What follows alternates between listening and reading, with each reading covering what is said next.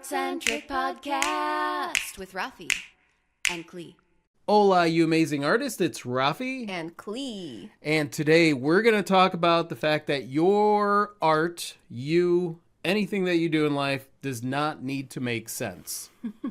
Does not need to make sense. This should be fun. The reason we're going to talk about this is because I get a lot of questions from artists all over the world asking certain things, because they're about maybe to do their first art show, or they're about to sign up for a gallery or enter some kind of art competition or do a yard and art sale or just put their art out there in general, even posting to social media. And a lot of times the questions are more along the lines of like, so is this right or is this wrong? Does this make sense? If I do this, will the results be this? Will it make sense to people? And that's why I think that it's important that we talk about that in this podcast and, just really, really break some of the myths that are out there when it comes to putting your artwork out there, being an artist, and things making sense to other people. Mm-hmm. Obviously, as the title of this podcast says, you don't have to make sense. You don't have to make sense. And that's what we're really going to get into here. And by the way, you guys, if you're listening to this at home, we have our amazing Rogue Artist family here with us. These are artists from all over the world who add their insights, questions, all kinds of great stuff to the podcast. So if you hear us reading comments, that's who we're reading our comments from. They're way more brilliant than we are. Yes, they are. They're the ones that make these podcasts actually good. So, yeah. Oh my God, totally agree. Nothing needs to make sense to anyone. Yes, Zara, nothing needs to make sense. It's funny because when I first started, that was one of those questions that was there lingering in the background behind every decision that I would make, right? So I would be like, all right, so this is the series that I became popular for my Me and It series and my Seasons of Change series, mm-hmm. right? And then I wanted to do these like dark creatures where there was writing. It was basically like a representation of the Stickman, right? It was this dark creature that was telling you that you can't do it or whatever, and all those things were crossed out, and the opposite was there. It was like the Stickman and the cheerleader. And I remember thinking to myself, like, I can't release this. Like, all my stuff is like bright colors and like really, really happy, and like this is like a shadowy figure and all this stuff. And it's interesting because at that point it was like, well, I'm gonna create this because I want to. Mm-hmm. And it's either just going to sit there hidden away where nobody's going to see it, or I'm going to put it out there. And over the years, my experience has been that it really doesn't matter. It doesn't matter. Because there are going to be people that it resonates with, and then the rest of the people will be like, I like your birds. Yeah, exactly. You were just ahead of yourself. You were doing shadow work, and you didn't even know it. Right. I was doing shadow work. I think I've noticed in recent times that there are certain things that resonate with people that when you start dissecting them, they don't make sense, but they touch on an emotional level, if that makes sense. Mm-hmm. That's hilarious. That's good. So it doesn't always need to surface make sense if it's hitting an emotional button for someone. I think that's one thing I've been paying attention to. As someone who likes things to make sense, at least I like my things to make sense to me. I mean, really, at the end of the day, that's all that it could make sense to. Yeah. And when you're putting it out there, I think that that's the problem, is that whenever we get into the mindset where we're trying to think of like what other people, right? It's like this vague idea of like, what do other people like? Mm-hmm. Whenever you get those questions, like what kind of art sells in this area? It's like, what are you talking about? Like, There isn't this, like, you never have this thing that is across the board. No. And that's why I think it's important that, like, you don't try to make sense. You just make sense to yourself as much as you can. Especially if it's in the conceptual stage, like you haven't even made it yet. Like I recently elevator pitched an exhibition idea to someone, and I realized as I was saying it and I was watching their micro expressions that they were super weirded out by the idea.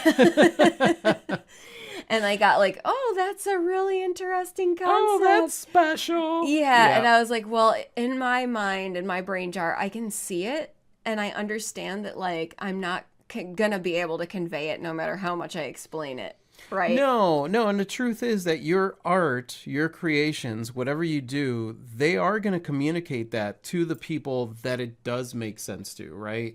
And that's really ultimately what matters, because you got to be you. You got to express yourself authentically, because if you don't, then you're getting pulled in a billion different directions and it will drive you crazy. Tish said, perfect timing. Nothing in my life makes sense. Great. Charity said, I've taught that to my kids since they were little. You create, it's art. No matter what anyone else says, as long as you create it, you like it, that's all that matters. Boom. Great. That's exactly how it works. I think the thing that's I feel most important to touch on here is understanding that the way that every human being thinks is different. And like you'll have people that get you on really deep levels, and you'll have people that get you on surface levels, and everywhere in between. But you also, I think it's helpful to understand that like no one's gonna ever fully get you because they don't see life through your filter. And so different levels of understanding are kind of the norm, and you're going to find your people that get you on levels that are satisfying, and then there's going to be people who never get you no matter how much you think you might want them to. And that's part of being human, and that's part of what makes us so interesting to one another, is that we can share things that are mysterious and surprising and everything in between with one another. Yeah, and you're full of, you are full of inside jokes, right? That certain people know. Like, I think about it, and if I go like, I don't know, right? You know exactly what that means, right? That's my dad. My dad, when he's doing something and he's like, I don't know if this is gonna work, he'll like blurt out loud, like, I don't know. Or when a tornado was coming at us from a few yards away, and he closed his fight or flight instinct was self-preservation, and he closed the door and we were on the outside. I was like, what are you doing? I don't know. I don't know. And then he just closed it. Yeah. But yeah, I think the best thing we can do is we share gems with each other, and the best thing that it does is it allows us to have a different perspective momentarily or think differently about something because we don't get each other. If we all got each other, there'd be nothing to say. That's true. And there wouldn't really be anything new because, like, you are living your life via your perspective. Now, Rachel says something here that's really interesting, and I want to expand on this. Okay. She said, I'm used to not making sense. I find that the art stuff I do is more popular about 2 years after I stop. I just decided I'm ahead of my time. I like it. I love that. And that is the truth of it. There were a lot of things that upon introduction of them, right, a new series that I introduced, the fact of the matter is that nobody knew that it existed. Nobody was used to seeing it. The truth is that things that are popular, right, whenever you hear people talk about things that are popular, it's just popular because it's been seen more often, right?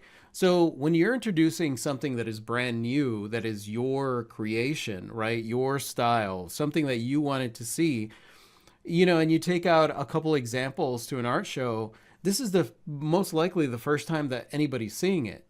And in reality, they got to see it a few more times before it really starts to sink in. And that's the reality. Some people will go up to it. Very few people will go up to it and right away make a connection.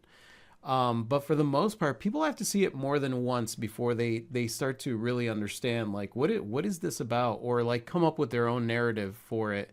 And so it is about putting it out there and just being patient. That's where that question, one of the other questions that I get is like, what do I do with the art that doesn't sell? And I'm like, what are you talking about? Like, you hold on to it and you take it out to shows. You keep taking it out to shows. It's like it's like Cruz said, the more that people don't get it, the more we know that we're trailblazing. Yeah. Exactly. Aurora says, sense. Nothing makes sense. either. CENTS. Yeah. Shan, yes, you should never compromise your artistic itch to stay in some niche or medium for your people. Like, those are the only people switching. It just makes stuff for people you haven't found yet. Yeah. And I mean, you see that blatantly happening on YouTube all the time, where people start a YouTube channel and they're like, they have like this niche. They're like, oh, you know what? I'm going to do this thing because this is what's popular right now. And then they grow an audience, right? And now they're stuck doing that thing because that's what that audience signed up for to begin with. Mm-hmm. And the same thing happens with art. If you're like, well, I'm just going to do this because this is popular, and then you become popular for it, right?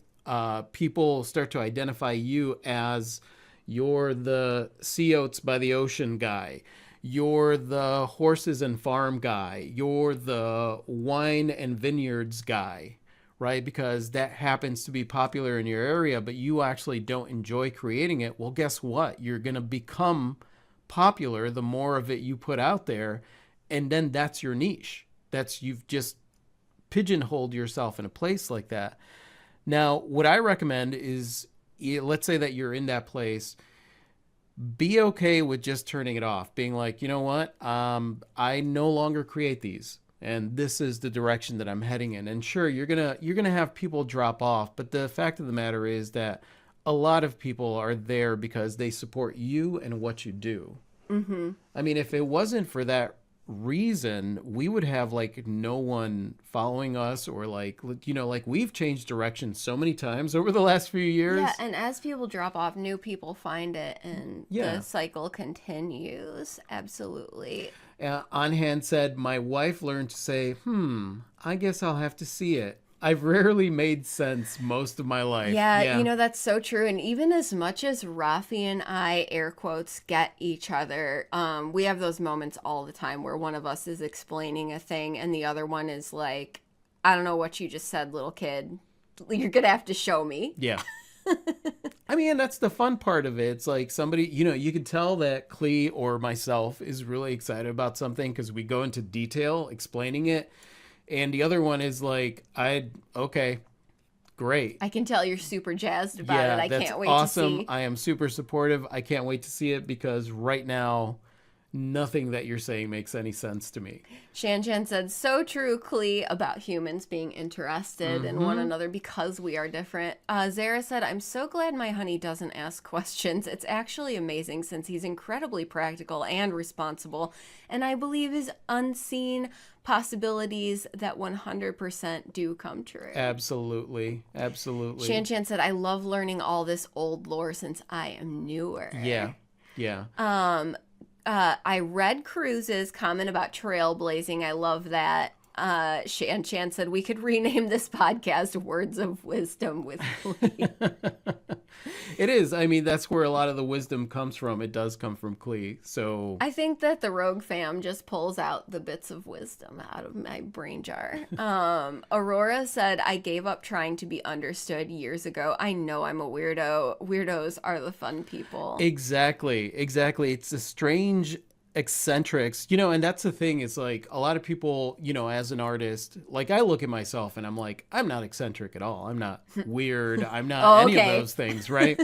Because it's normal to me. This is my life. It's always fun having a conversation with someone where it's very clear that, like, this isn't normal, right? And you forget, right? We are full-time artists. This is what we do for a living. We are right now talking to an amazing group of artists from all around the world via the internet. Right? This isn't like normal life for a lot of people. The internet wasn't normal. No, the internet's not normal. Live streaming's not normal. Creating art for a living is not normal. Putting together an art exhibition is not normal. Like, none of these things are things that normal people do. And so you live outside of that world. You know, some of us as artists, we have what we would consider a normal job. And then, you know, we have the art side of what we do. And I think a lot of times it's one of the roadblocks that creatives run into is that they try to normalize the art side of what they do, right? To make it make sense to other people that this would never make sense to begin with. Well, I think part of the reason for that is that people, we sometimes feel pain, emotional pain, when we're not understood. Let me elaborate on this a little bit. So a lot of people, but a lot of creative people and a lot of like emotionally sensitive people, you're talking to someone, right? And you're watching their micro expressions and their body language. And there are certain indicators when somebody's not tracking with you, or they don't get you, or they don't jive with what you're saying. The furrow brow, right? The like, I don't know, there's certain indicators where they open their eyes really wide, like and they slowly nod their head, or they're as if they understand. Yeah, or they're glazed over, or they're starting to turn their body away from you. So these are indicators that I think when we're young people, right, we're taught that this is bad, and this creates emotional distress for us. And part of the reason for that is when you're talking to someone and someone shuts down, right, because there's a barrier there for whatever reason, then it's sort of a conversation killer, right? There's nowhere to go from there.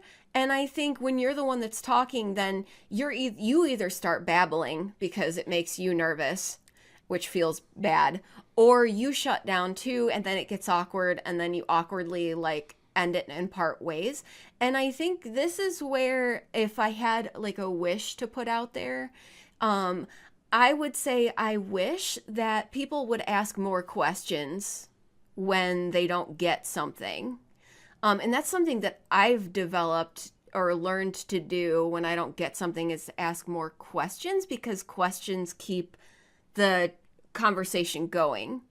But the other component to that is it doesn't have to be painful, right, when people don't get you. But we are kind of programmed to read those social cues, and then we experience discomfort when it's indicated to us that we're not tracking with someone. Well, it's because, for the most part, people are taught from a very early age that you got to do whatever it takes to be accepted. Yes, right? to be socially acceptable. And that's very like caveman days. Like, you got to be accepted by the tribe, because if you're not accepted by the tribe, then you're out on your own in the cold and all that stuff. Mm-hmm. And that's just not reality anymore. Like, there are a lot more people on this planet than there were in the caveman days. And so your tribe could be a very, very specific key group that is, that jives with you. And you are going to run into people that just don't get it. Mm-hmm. And that's fine. That's fine. Now, I don't have an issue with those interactions. The moment that somebody's like not getting it, I like messing with them. And then I'll joke with them. And then I'll walk away and go find somebody else to have a conversation with. I've had a number of different reactions, and realizing that I'm not communicating in a way that this person can understand, or they're not interested. And it really is case by case, right? It's okay to say, like, I'm getting the impression you're not jiving with what I'm saying. Maybe I'm communicating ineffectively. One time, I literally just stopped talking mid-sentence and just walked away. Yeah. Because it was just like nothing was going to happen. I've done that a lot too. I remember, it's actually in one of my books where you were talking to this lady and she wasn't really getting it. And the moment that you saw me, you were talking about my art. And the moment that you saw me, you were like, oh, and here's the artist. And I came up and I'm talking to her, and I could see this like glazed over look. And she just looked at me. I'm wearing a red bandana. She looks at me and she's like, so I'm like, yeah, so this entire thing started my journey of being an artist, and my journey of really, really, and the next words were going to be of being free from the whole corporate world, of really, really, and she stopped me and was like, of being a pirate. And at that moment, I was like, yes, being a pirate. And then I just walked away because I was like, this conversation's over. Right. This person's not even paying attention. Shan Chan said, Rafi, your art specifically, I appreciate it so much more after you explained the thought process. But with my art, I love hearing what someone thinks about knowing. Without knowing that I did it. To be honest with you, I like, and that's the thing, it's not one or the other. I feel like it's both because the art is a method of starting a conversation. And so there are times where people are going to want to know what your process is, right? Or the reason that you created the art, like what's behind this. And, at that point, I think a lot of creatives are worried that it needs to make sense, right? And it doesn't need to make sense in any kind of profound way or anything like that. It just needs to make sense for you. It's like, well, I created this because I like this color combination and I wanted to see what I could pull off with it. I created this because, I left the corporate world and and it doesn't really have to make sense in any way, shape, or form to the other person as long as the art makes sense to you, and then they ask you, and that's what you're telling them. Yeah, and so I think one of our Achilles heels as artists is that we take being understood way too seriously. Yeah. And we make it stressful. If we could be a little more cavalier about it, and that also comes with your own security, like you just said. When it makes sense to you, you're not as worried if it makes sense to other people. When you're not quite sure what it means to you, then it's almost like it's more important that other people understand it because you haven't found your footing yet, if that makes sense. Then you have something to prove, air quotes. So the stronger you're standing in your own footing of understanding what you're doing, the less you kind of need that validation of being understood. Yeah. And the more effective it is because cavalier, fun, weirdness goes over a lot better than serious, needy weirdness. Yeah. Yeah. I mean, that's a great way of putting it. Aurora said, I've noticed as a writer that most popular things seem to be very formulaic. I've been told that my novels are just too far out of the box to be marketable. Writing to market would be so boring. Here's the thing. When it comes to writing music or anything like that, everything is marketable, right? Now, is there an existing boring niche that already makes it marketable? And that's the thing. It's like realizing that as a creative, we are the trailblazers. As Cruz said, we're the ones that are creating something that doesn't exist yet. And certain people will take a chance on it and then become big fans. Certain people will not become big fans. No matter what, every single thing out there that has an existing niche or is popular, quote unquote popular, wasn't popular in the beginning. It just wasn't. And it wasn't something that people would consider marketable, and absolutely is now. I mean, any of the big art movements, when you look at it, like the Impressionist movement or any of those movements, they weren't considered marketable because there wasn't a market for them to begin with. Abstract art wasn't considered marketable because it didn't exist yet. There was a market for portraiture and, landscape art, but like this weird thing, there's no market for it. And that's the thing. Your persistence is what makes it marketable.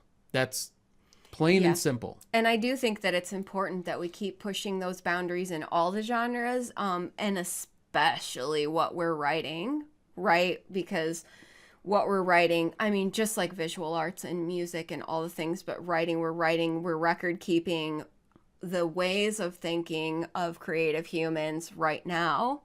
And of course, those ways are not going to fit into the ways of human thinking 20 years ago or 40 years ago or 100 years ago. I mean, shit, 100 years ago, people were like... You better be trailblazing. I mean... You're throwing poo out your window.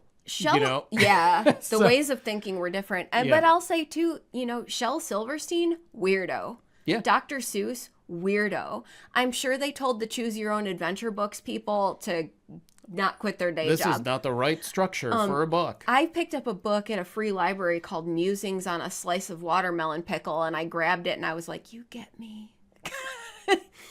I think it's very important that we keep up with ourselves and where we're at in our thinking process right now and not worry so much that it fits. If you want fame and fortune, go ahead and jump on an existing niche and just create for the sake of becoming, famous. If you want to change the world, then create what you love to create. Plain and simple. Because You're either jumping on a bandwagon and doing the same shit that everybody else is doing, or you're creating something that is unique and original to you. And that's pretty much the gist of it. Jenny said, that happens often right away when people say you should only do whatever. I usually stop doing it mainly because it stresses My waters. my waters. Except Day of the Dead stuff. I love that. Yeah.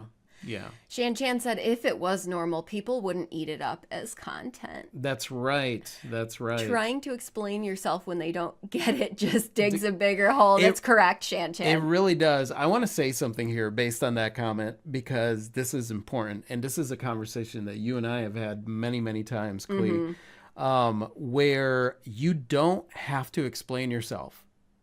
You don't. No. For whatever reason, no matter what it is, you don't have to explain yourself. And I think that that's one of the biggest things that introverts and like artists out there, whenever they're doing an art show, they're super worried that somebody's going to ask them about their art. And that's great. If you have something, then you talk about it. But when it comes down to it, if they're like, well, if they ask you a question that you don't want to talk about, you don't have to talk about it. You don't have to explain it. You don't have to explain that process. You don't have to explain why it is that you created something. You don't have to explain why it is. That's the biggest, I would say, roadblock for starting an art career is trying to explain having an art career to someone who is not being supportive to you and trying to get them on board, right? Like basically you are over explaining yourself because you are trying to get them on board and all you're doing is discouraging yourself from moving forward. Anhan said, I've learned that I'm just not as good with words as I am with pictures, so I often end up drawing the other person a picture. But yeah, sometimes they just don't get it. Yeah. I've also heard myself say that too, Anhan. In fact, man, that was like, I was flying that flag as my main motto. Like I can lyric it better than I can say it, or I can draw it better than I can say it. And that's, there's absolutely nothing wrong with that either. But I also found that the more that I engaged with people, the better I was at communicating, even when I couldn't explain something. But I think just comfort levels become greater the more you do it, of course. I think the more you do it, the more you do it, and the more you start letting go of trying to explain yourself or trying to make sense, that's where it becomes easier, right? You get to a place where you just communicate and you allow yourself to communicate. And I would say that that's the reason, like, okay, so I'm good at expressing myself through art. Saying I'm good at expressing myself through art or through music than I am in speaking or in writing. And the truth of it is that you're a little bit looser when it comes to drawing. You're a little bit looser when it comes to writing your lyrics. You might be a little uptight when it comes to having a verbal conversation because you think that you're going to get it wrong, and you don't. Again, you don't have to make sense. It doesn't need to make sense to anyone other than you. Also, not only are you usually a little bit looser, but you also don't have the pressure of quickness. I think that was a big thing for me, was like, sometimes I need to sit with something before I know what I think. And so it was easier for me to sit alone and like jot my thoughts down on a paper rather than being expected to respond quickly in a conversation. That was a stress point for me. But I also realized over time that it was okay to be like, oh, I don't know. I don't know what to say to that. I don't know what I think about. I'm gonna need to let that marinate, or I'm gonna need to sit with that for a minute. And that's fine, right? And you don't have to pre-plan the correct response in conversation. In fact, it's more effective if you're not trying to pre-plan. Oh yeah, because then you're present in the conversation. If not, you're just in your head, and that's exhausting. Totally. It is exhausting. Zara said, and this is in response to my putting my wish out there that people would ask more questions, and a lot of people do and are becoming even better and better at it. But I feel like they don't know what to ask or how to understand, like they don't have much to connect it to.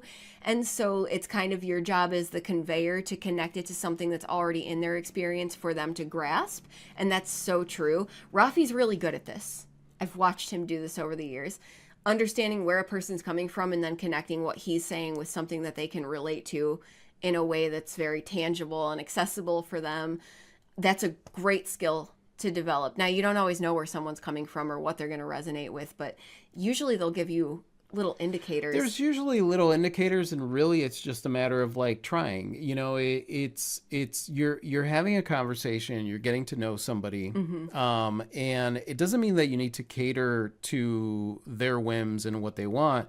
It just means that during the conversation, you're doing the best you can to try and understand where they're coming from. And all you have to do really is like you say something, right? And it doesn't make sense to them, and that's fine. And then you make an analogy to it. You'll say, well, that's kind of like blank. Well, that's kind of like blank. Or you ask them a question to see where they're at and stuff like that. And for me, that's fun because I've gotten to a place in my life where I'm not terrified of people like I used to be. And because I'm not afraid of their opinion of me. Right. And I think that's the equilibrium. That's where you get your equilibrium for having a conversation, is understanding like I can walk away from, kind of like Shan Shan says, I once awkwardly said, I'm just going to stop talking now. And that's totally okay. Shan Shan, right? I've said that so many times. When I get nervous, and I still till this day will get nervous for whatever reason, I got to figure them out as they happen, right? You know, it's like after, if I find myself like talking a lot, I'm like, what is going on here? Like something about this interaction has made me nervous. Maybe it's this person's quote unquote status label, whatever it is. Somewhere in my brain, there's a facet of dumbness that thinks that like they're the ones like, oh, I need to make sure that this person likes me or respects me or whatever. And then I find myself over explaining and talking. And at some point I'll catch myself and I'll say like, you know what? I'm just going to stop talking now. And I'll let them know because for whatever reason, I'm nervous talking to you and I am just blurting out stuff and not really thinking about what I'm saying. And no one has ever looked at me when I said that and, oh, well, you are, and if they did, I'd be like, well, fuck you then, like, I don't care. Yeah. I mean, it definitely makes a difference. Context, right? If someone's trying to understand you from a curiosity point of view and the pace is on point with that, it's a lot easier than if someone's coming at you from like an accusatory point of view, which where you're like trying to justify your life choices to them kind of thing. Sarah says, only time I ever care about being understood is when they're thinking that they actually want to buy it. Otherwise, I don't even care what they think of me or my art. I paint what Sarah, I would say that still is, and you guys have heard me say this over and over, don't let the money dictate your actions, right? I never care about what somebody thinks about my art because I don't care if they buy it or not. If they buy it, that's up to them, right? There is nothing that I'm going to say or do that is going to cause them to buy it. If anything, if I am desperate to make the sale, then honestly, I've seen myself dissuade people from buying it because now I've thrown way too much at them. And, I will ask everybody out there listening to this and be honest with yourselves. Whenever you've run into someone who is grossly desperate for money, you want to like tear yourself away. You want to get away from them. And the same thing happens, obviously we all want to sell our art, but you really have to be mindful of. Desperation is the strongest human repellent. It really well, is. It's one of them. Yeah. I'll say. One of them. Ginny said brains are interesting. I had a painting. Someone was looking at it. It said, it's so sad. And it bothered them. Now, that was a very happy painting. Colorful and joyfully painted. Perspective is everything, Absolutely, right? Jenny. Absolutely. Jenny, that has happened to me so many times where somebody comes in and is like, I feel there's a lot of sadness behind this one. And I'm like, that's the day that I left corporate and I was like excited to leave. Just think about the color red. Okay, like Rafi and I have had countless conversations about the color red, what the color red can symbolize, what feelings it evokes. I had a really strong aversion to red when I met Rafi because of my own personal buttons and what context I always put red into. Just the color red can evoke strong opposing opinions. Right. Exactly. And so exactly. Yeah, you and I would get into these like long conversations about it. And I was like, well, what does it mean to you? And that's part of the fascination, right, Jenny? Like somebody comes up to you and they're like, it's so sad and it bothers me. And as the artist, knowing full well what your intention was behind the art, like I'm always like, really? So what is it that causes, what is the feeling that you're having? Yeah. And that like evokes a really good conversation with that person. And a lot of times it's funny watching the direction that conversation goes after having it for a while. Aurora said, clean mentioning all of my fave childhood books. Yeah, right. So it was, just to touch back on that, they're classics now, right? Roald Dahl, even it was probably one of my favorite. Matilda, I love the story. The of Witches. Matilda. The Witches. Yeah. Super weird for their time, but now they're classics. I mean, come on. The Giving Tree. Have you ever looked at the picture on the back cover of the author picture on the back cover of the Giving Tree? I'm this guy is psycho. Love him. Yeah. Zara said, oh my God, my art compositions are spiritually based and I love talking about it. That's actually my path. That's great. Aurora said, I'm autistic. Talking is never going to be my strong suit. Writing and music are more my strong suit. My stories are like watching a movie in my head. A lot gets lost in translation. Yeah, but Aurora, and I think you're when it comes to that, a lot gets lost in translation no matter what, because words are very limited. Words are very limited. Even in writing, like the beauty of writing is that you're able to add more detail into what you're writing. You could write an entire paragraph or a few paragraphs based on one thing, trying to explain it using several different words to explain it. Right? When you're having a conversation, you're just picking words out of the ether really quickly. And a lot of times those words don't don't really compress into the meaning that you're looking for. You know what I mean? Basically what you're saying is everything, there's going to be bits that get lost in translation. Everything, there's always going to be bits that get lost in translation. Sometimes it boggles my mind that language exists at all and that we can understand each other at all, because it is a bunch of utterances of sound that happen really, really quickly. And sometimes I go into that headspace where I'm like, language stopped making sense to me for like a split second. And then I'm like, language is crazy. You ever think about that? Like if an alien were to come, right? And like we hear sounds, we hear like words and different things like that, like what I'm saying right now. And that alien, all they would hear is like the gross throat sounds and mouth noises. Vibration and mouth noises. And we'd be like saying like, welcome to our planet. And all they'd hear is like, yeah, it'd be like so gross. Yeah. That's what we are. When we talk, we're gross. That's pretty much what I'm saying here. So even when they did the study about communication, right, like verbal and written communication only conveys like what, 20% of what you're trying to say or something like that? Well, yeah. So verbal communication is only 20%. Body language, the unspoken communication accounts for a huge percentage of it, right? So the way that you, your facial expressions, the way you move your body when you're talking, right? A good example is somebody with their shoulders hunched over and they kind of like glance up at you and they're like, I'm so excited today. And you're like, no. Yeah. Body language, tonality, and words. The way that you say things really, really matters. And I mean, that's the thing. It's like a lot of times that's why you have to be authentic, because a lot of times people will say, yeah, I'm really happy to be here. And it's almost like just slapping a happy face sticker on their face. And it's like, no, you gotta find ways to really be genuinely authentic and real. And if you're going to do a thing, try and psych yourself up and be excited to do that thing so that your full self is there. Yeah, absolutely. So Zara said, yep, gotta be neutral to what others think. It's just where they are and nothing to do with where I'm at. Just different perspective, experience. Doesn't need to be a big deal. Yeah, it doesn't need to be a big deal. It is for some people because they think about it way too much.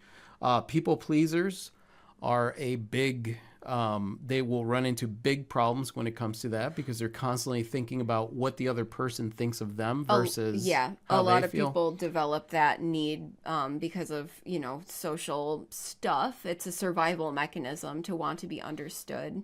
Anhan said, so true. Perspective is everything. My wife looks at one of my pieces about hope and joy in the face of hardship, and she only sees the rain. Yeah. Yeah. And that's the thing. That's the beauty of art, is that it's translatable. Here's the real truth about that. Whether it's words that are coming out of your mouth, whether it's words that you've written down, whether it is a painting, a song, a movie, any kind of creation that's out there, it will always mean whatever the person thinks it means, right? Even the words that are coming out of my mouth, and as people are going to take it several different ways, right? So if I want to communicate as clearly as I can, but it needs to, the only thing that I have control over when it comes to that is making sure that it makes sense to me, right? I can't really get in somebody else's shoes and try to make something make sense to them. I could try and approach the subject from different perspectives, but they're still my perspectives. Totally. Right? So like if I'm super concerned about whether or not I'm making sense to someone, then, what should I say to make it make sense to them? Then I'm going to drive myself crazy. And especially if I'm thinking of like a larger audience, like we have a YouTube audience, and like I could only say things that make sense to me, and whoever's listening is going to hear whatever it is that they think I'm saying, and that's the truth of it. That's the truth of it. Why ultimately I'm coming back to like this idea that the more you understand yourself, the less you are concerned with being understood, because the more you understand yourself, the more you trust yourself, and the more that you're looking for your own kind of internal acceptance, and the less you kind of look for it elsewhere. And then you can have fun with this instead of it being about stress and survival. And I'm saying this as somebody who really in a really stressful kind of way felt for the longest time like I needed to be understood and wasn't. And gosh, if there was anything that me and Rafi would argue about when we were first dating, it was me really needing to be understood in this bad kind of way. And I do find that to be true, that the more you understand yourself, the less pressure there is. It's funny, though, because the first thing was one of the first times that you contradicted that entire statement was when we were listening to a song and they were saying Güero, right? Güero, yeah. Güero, the Beck song. And I was like, yeah, Güero. And then you were like, it's Guerrero. Yeah. And I was like, out of the two of us. Okay, I was a bit of a know-it-all also, and I did try to explain a Spanish word to Rafi, who is Hispanic, so there was that. Definitely. So your response was funny and cavalier and not serious at all because you didn't. Right, I didn't take it personally. So that helped us both laugh about it, and that's kind of what I'm talking about, right? You're not insecure about your ability to speak Spanish. Right.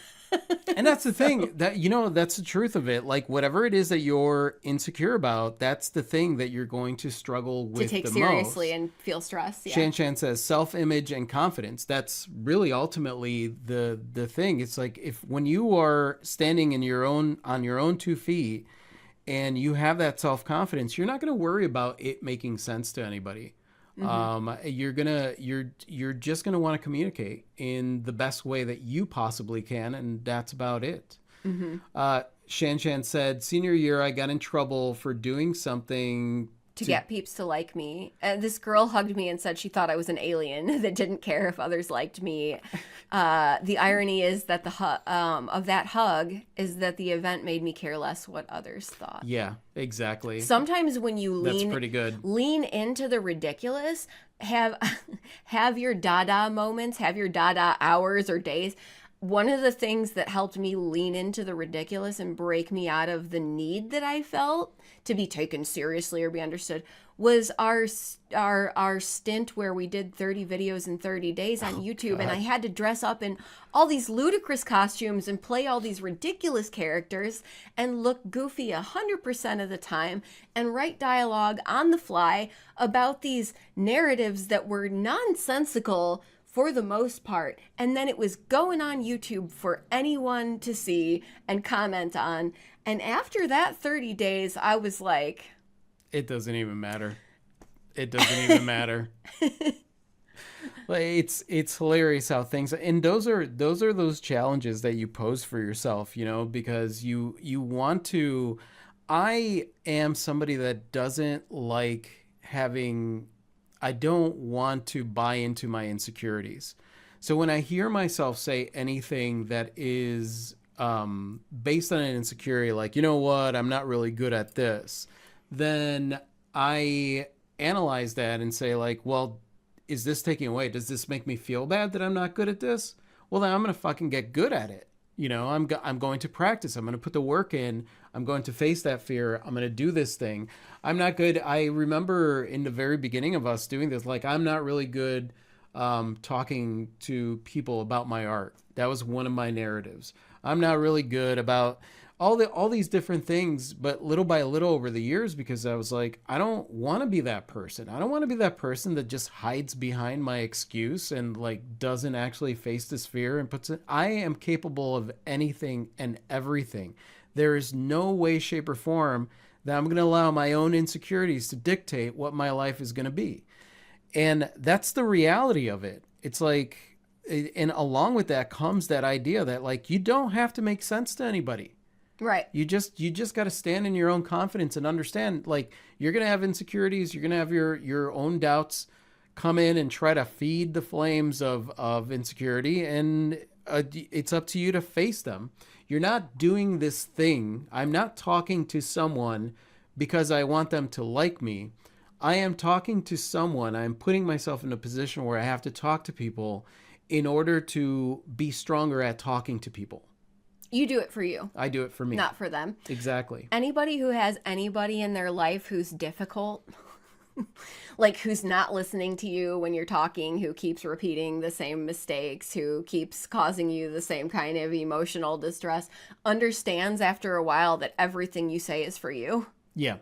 Because really, like, you can share things with people and they might take what they want to from it, but at the end of the day, almost 100% of what you do is really for you and your own understanding. Every word that comes out of your mouth is it's either empowering or disempowering for you. And that's really the truth of it. Whenever you're talking to anyone else, it doesn't have anything to do with them. What is coming out of your mouth is all about you. And it's meant to either empower you in that moment or disempower you in that moment. Jenny asked, have you ever stepped back from, say, a commission or sale when the person makes you work for it, like they're riding your butt, challenging you? Like, dude, do you want this as a trophy for being a D? I don't accept commissions like that anymore. And if by any chance someone sneaks in like that, I have given refunds. I did tell a lady that she couldn't buy a necklace from me one time at market because I didn't like how she came at me. Like, I mean, I told a lady that I've told plenty of people that no, I'm not selling this today. You know, and that's the beauty of it. When you're not chasing a buck, like, you get to be real. Yeah. You get to be really real. And somebody comes up and they're giving you some like shit offer for your art, right? And they're showing absolutely no kind of appreciation for the art or nothing extra that is, you know, and instead of like basically selling your soul just to make a buck, you're willing to say, you know what? No, it's not for sale today. Shan Chan said, I have to say, I read self-help books and they really do help you learn to think positive and have a good self-image if you use the advice. A lot of them do. Mm-hmm. There's a lot of good information out there True. that's available. And Zara said, yes, I'm here to understand myself and express my point of view. No one else has my exact perspective and experience. How awesome and valuable that I can share that in any way. It's priceless. Absolutely. That's well said, Zara. That's Yeah. a very awesome way to say that. That incredible thing that we do for each other is share that perspective that no one else can have. Ginny said, people correct me on the pronunciation of my last name. At least once a week, someone says, you mean insert incorrect pronunciation here.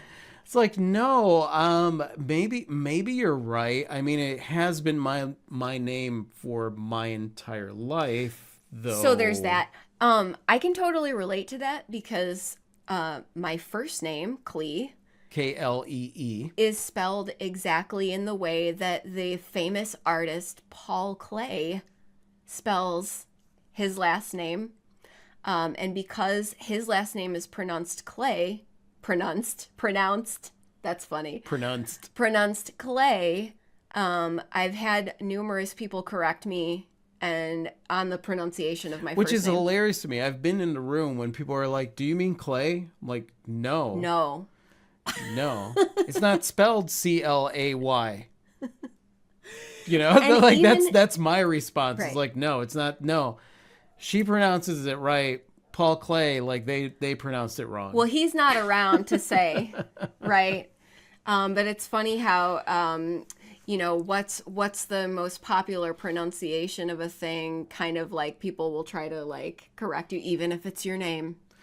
I mean, and also you run into people that are like that, where they run semantics by you. Like this is truth grounded in stone when you're having that conversation with them, you know, and it's hilarious because there is no truth grounded in stone. It's just perspectives. It's a bunch of perspectives and what you grew up learning and thinking that, well, this is how I learned it, so it must be true for everyone. And it's just not. It's not. And again, one of the reasons that you don't have to make sense, because nothing in the world really makes sense. Like it's all just a ball of crap. A ball of awesome crap, I would say. We made up, all of it's made up. Yeah, and it's that's made up. why- It's made up by us. That's why it keeps changing. 'Cause Yeah. we keep changing. We made everything up, every construct, every system. We made it all up. With all the utterances of sound that come out of our voice that sound like gross to aliens, that we made it all up. Yeah.